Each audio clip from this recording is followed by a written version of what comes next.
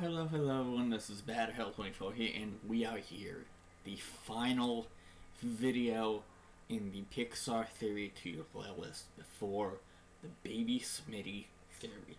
Heading back to Incredibles, why the true villain is hiding in plain sight.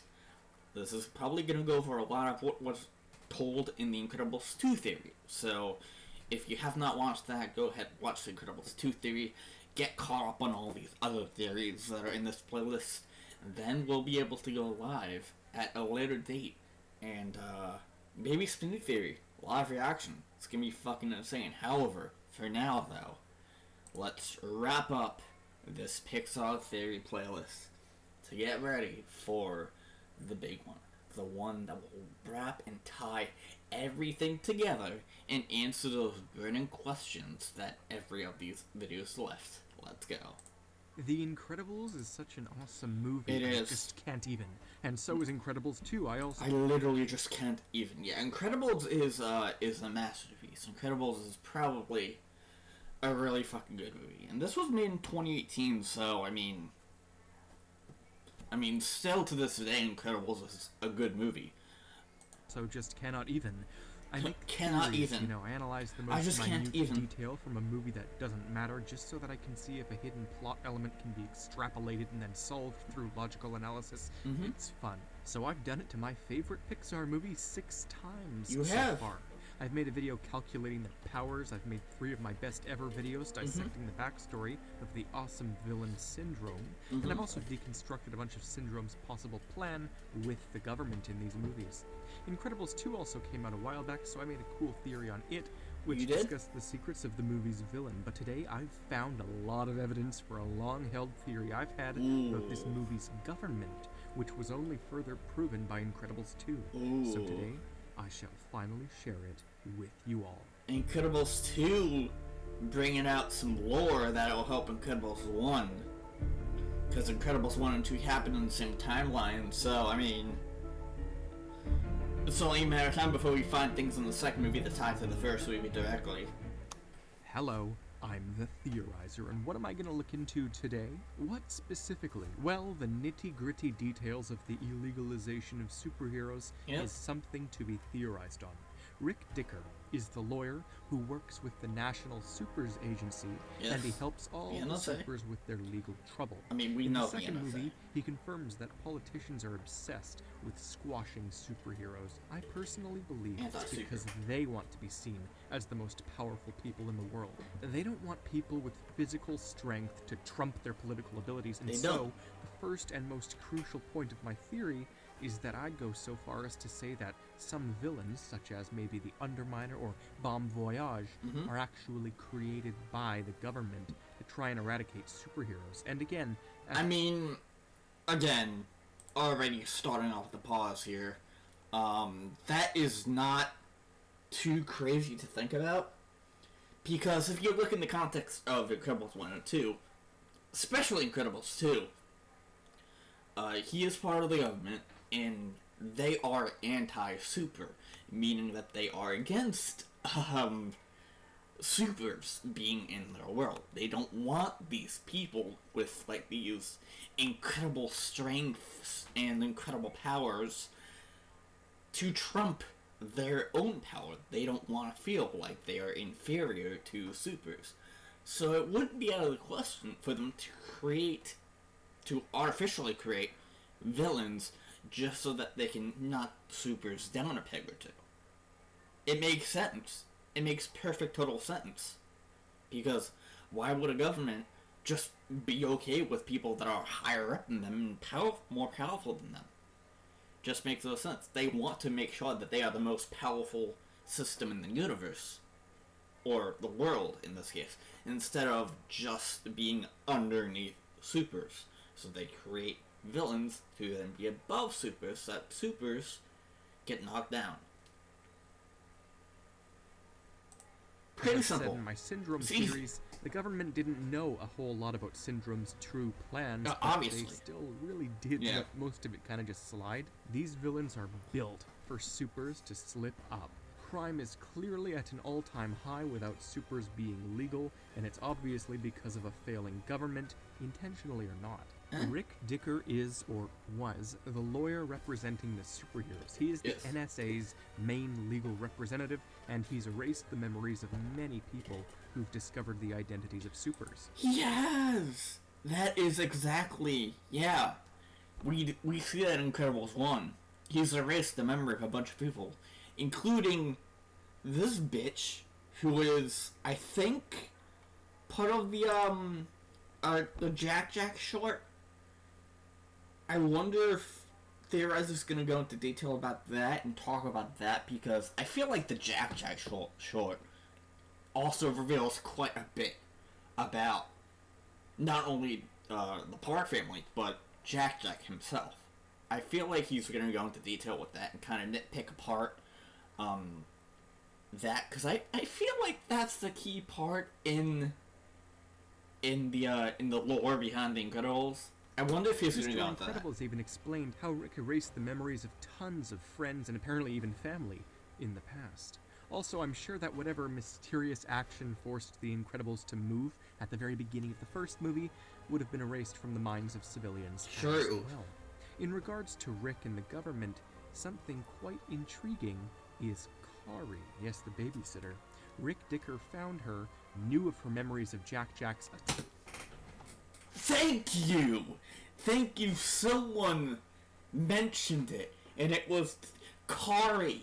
This bitch, who was a babysitter for Jack Jack. Remember, Helen Parr hired the babysitter to babysit Jack Jack. That is what the Jack Jack attack short is. It's Kari trying to corral Jack Jack and all this. So she knew about Jack Jack's powers, and therefore she knew about the supers and everything. Which means that she's prime target for getting her memory wiped, because she knew about the Incredibles being supers. Hack on her, and he erased them. He probably found her because of the messages she left on the Incredibles answering machine, but suspiciously enough, he never told the Incredible family what he was doing, as they never discovered at the time that Jack Jack was also a super. I mean, so far we know that the government wanted supers illegal, probably aided a few supervillains to achieve this, exactly. And we know that Rick Dicker and the NSA don't say much about their work. So where am I going with this? Where? Well, we're gonna see how far the government might have gone to eliminate supers, because the deeper you go, the more shocking and astonishing it becomes. Exhibit A, Mr. Incredible tackling the suicidal building jumper, causing the big main lawsuit that led to superheroes being illegal. If you've followed my thoughts up until this point, then you've got it. I think that this also could have been staged by politicians. Maybe not the initial jumping, I'm thinking more broadly. Political and governmental lawyers, politicians representing victims of almost anything suable relating to supers, including the monorail incident, and forcing the NSA to create, well, the relocation program that it did. Even Rick, in the second film, admits that politicians have been gunning for supers for years. My point in all of this is that politicians are staging villainy to catch supers off guard. Again, like, not really crazy to think about that they're staging these sort of things to knock down supers attack. I mean, come on, it's kind of apparent that they don't really want supers to be around, which is why they're pining for the illegalization, probably, of supers. In the exilation, I don't know if that's how you say it, but the exile of supers. They don't want them around. They just don't want them around. They... kind of a strong word, but I feel like they hate the supers. I feel like even though they say, like, oh my god, you know, the supers are awesome, they hate the supers. They, to their core, they hate the supers because they are more powerful than them. It's just like real life. They want them illegal. They want them suable. They want them to slip up. Yeah, the illegalization. Sued so the government will shut supers down. They want the power. Proof is everywhere. But this brings me straight on into the NSA, the National Supers Agency. The the organization that Rick Dicker works for. Mhm. The NSA is a government organization.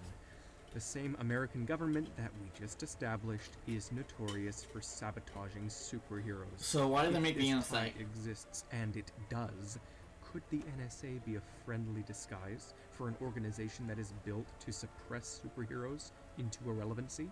I'm not joking. Huh. It's entirely possible and likely. A secret agenda only known by the leaders of the organization. Lowly lawyers like Rick know nothing.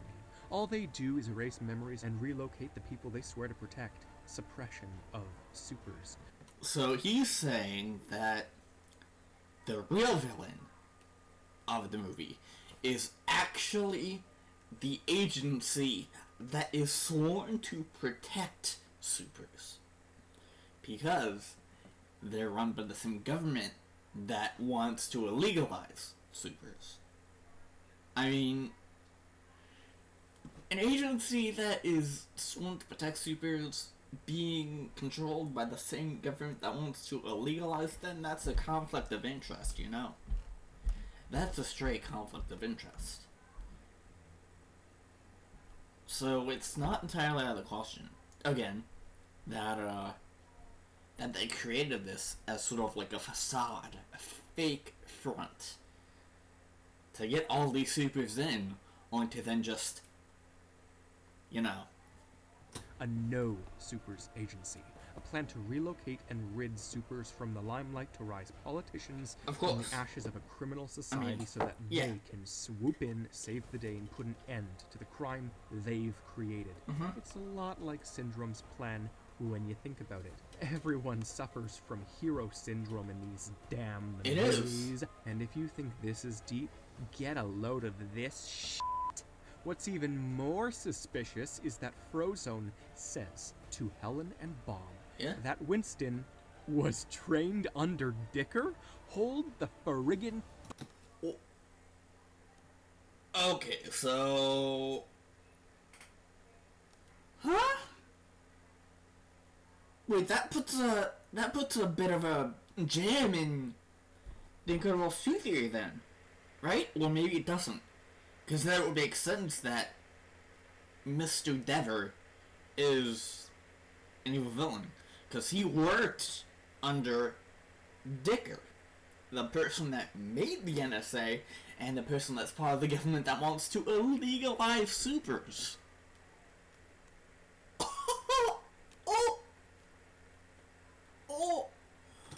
Phone. Why do they so casually gloss over this little quote? This changes everything about the Devers. Remember my... Yeah, it changes everything. Like, oh, by the way, he was trained by Dickers. Oh, bitch, what? He what? Oh my god, that changes a lot about your damn Incredibles 2 theory. My theory on Winston's possible part in creating the screenslaver, this amplifies everything I said by 1,000. Winston... It's like, it was a theory, but that line saying that, oh, you know, Mr. Dever was working with Digger, literally, that makes sense now, that he created the screenslaver. Worked with the NSA. This proves that Winston and, likely, Evelyn knew everything about the organization and worked with the government and knew about how to bring supers into the limelight because of it. Confirmed villains in Incredibles 2.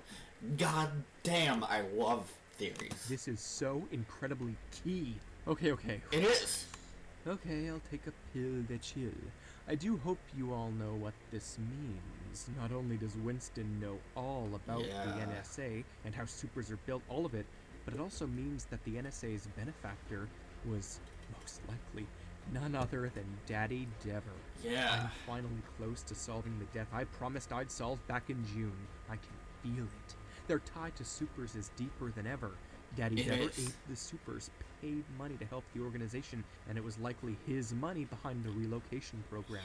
They were made illegal just as he was shot, how non-coincidental by the way, but the NSA itself had already known all about the Very, supers as very shown coincidental. in the first movie's detailed bonus disc. Yes. Their knowledge was gained before And of course, we know that bonus disc has a lot of lore tied to it that helps with the theories behind Syndrome and Incredibles 2 and this Incredibles 1 theory. And it goes so in depth that I don't think I'm ready for the Baby Smitty Theory. Because apparently, the Baby Smitty Theory goes even deeper than the Syndrome theories and this theory, tying Incredibles 2 and Incredibles 1 together, saying that Mr. Dever... Oh my... I don't think I'm ready for the Baby Smitty Theory, but we're going to be reacting to it live, so you'll be able to see my mind being blown to smithereens over and over again in a live setting on twitch.tv. Follow me at BadAL24. Seamless self-plug. the relocation program not after. Winston Dever was then taken in by Rick Dicker after Daddy Dever's decease, and Winston learnt all. This must have made it so much easier for Evelyn and him to do what they did. Holy In the shit. second movie, the relocation program was shut down, but the NSA is still alive and ticking, applauding Evelyn as they staged the murder of her father. Uh-huh. Criminals and burglars Mind-blowing. were just as irritated by supers as the politicians were. Absolutely hired and mind-blowing. Shot him at the NSA's behest. It's the politicians' assassination. Death solved. Why are the criminals angry? Duh. Heroes trying to foil their plans. But why are the politicians angry? They not only want to regain their power, but they're also angry because supers are taking money from them. As we hear in the first movie, it cost the government, I think, something like billions being sued by themselves. So what changed? What now allows supers to be legal? Well, Dever. TV, obviously. The Devers. Yeah, the People Devers. see the process. The Incredibles 2 hinges upon this concept. But with Winston, it's all about the money. Winston wants to be known as the guy who brought back supers. I suppose it's better than Evelyn's goal, a goal intentionally instilled into her by the NSA. Only later, when she tried to kill the ambassadors, did she realize the government's impact on her. And that is my theory of the NSA's true intentions, on the politicians' true intentions, and on the true death of the Devers' father. Holy shit. All proven so intensely by the second movie. Boom, boom, bang. Short intro, short outro, and so, subscribe, click the bell, select all notifications. You'll be informed when I post more of this. Until that time comes, everyone, I'm the Theorizer. This man just single-handedly solved both Incredibles 1 and Incredibles 2 by showing that the NSA are the actual villains of these two movies, and that they aren't as what they seem, as Mr. Dever is part of the NSA. Wow. Insane theories. These were an insane batch of theories. However, we do have one more theory to go. And I don't think it's going to be the last theory in this Pixar duology multiverse theory, but it will be the biggest one yet, because it is the longest one in this series. A whopping 36 minutes long. Join me on Tuesday, March 8th at around 9 to 10 a.m. on my 9 to 10 a.m. EST, by the way. This is an Eastern Standard Time. You can do a conversion for that in your time zone, but 9 EST to 10 EST a.m. on March 8th, 2022. We will be doing a live recap of the Pixar theory, and then doing a live reaction to the Baby Smitty Theory. Oh my god, this is going to be big. It is going to be fucking sick. I hope you join me in a couple days' time on Tuesday, March 8th, 2022. Until then, I am BatAdHell24, and I will see you all on the live stream. Later.